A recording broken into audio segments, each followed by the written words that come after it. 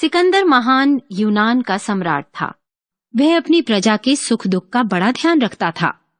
उसकी प्रजा भी उसे बहुत चाहती थी।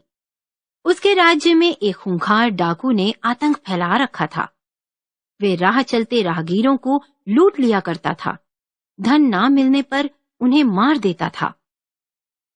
डाकू के आतंक से प्रजा त्राही त्राही कर उठी।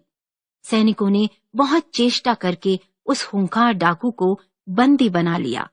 बंदी डाकू को सिकंदर महान के समक्ष लाया गया।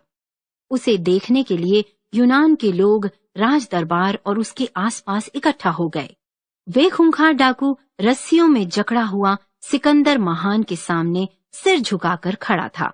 सैनिकों के साथ हुई झड़प में वे घायल हो गया था। उसके घावों से खून बह रहा था, पर उसके चेहरे पर भय का नामो निशान न था।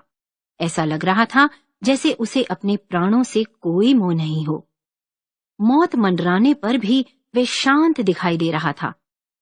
उसके स्थान पर कोई और होता तो उसके हाथ पांव भय के मारे फूल गए होते। सिकंदर महान ने उसको ऊपर से लेकर नीचे तक घूरा, फिर तीव्र स्वर में कहा, तू क्षमा के लायक नहीं है। तू घोर पापी और दुराचारी है। तूने मेरी प्रजा को लूटा है, असहाय लोगों का खून बहाया है। तुझे तेरे पापों की सजा दी जाएगी। अब बता, तू अपनी सफाई में क्या कहना चाहता है? डाकू ने दृष्टि नीचे रखते हुए कहा, जहांपना, मैं आपकी न्यायप्रियता की चर्चा खूब सुन चुका हूं।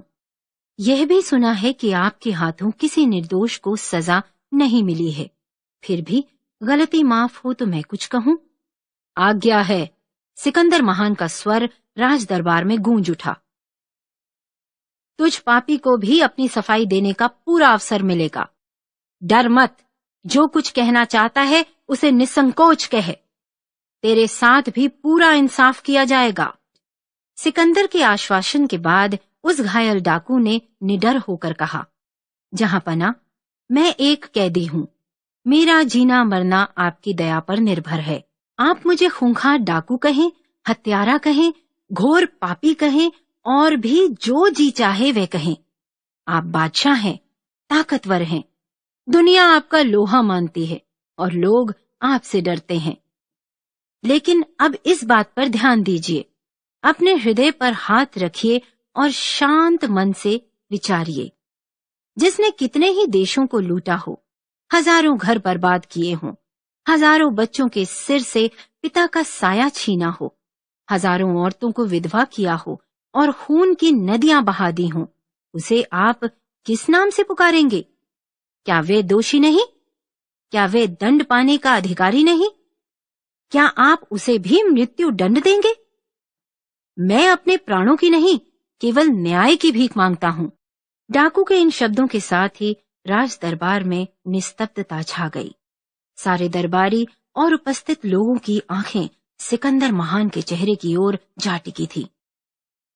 सभी यह सोचकर हैरान थे कि एक डाकू जहांपना के सामने इस तरह बोलने की हिम्मत कैसे कर सकता है।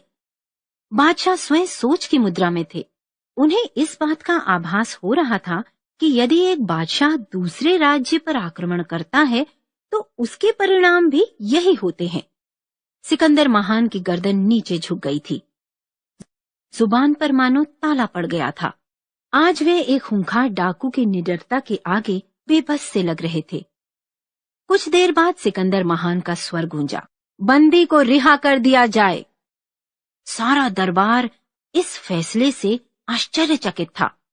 डाकू के हाथ पैर खोल दिए गए। वे बादशाह के चरणों में झुक गया। बादशाह की न्यायप्रियता ने उसे डाकू से भला इंसान बना दिया।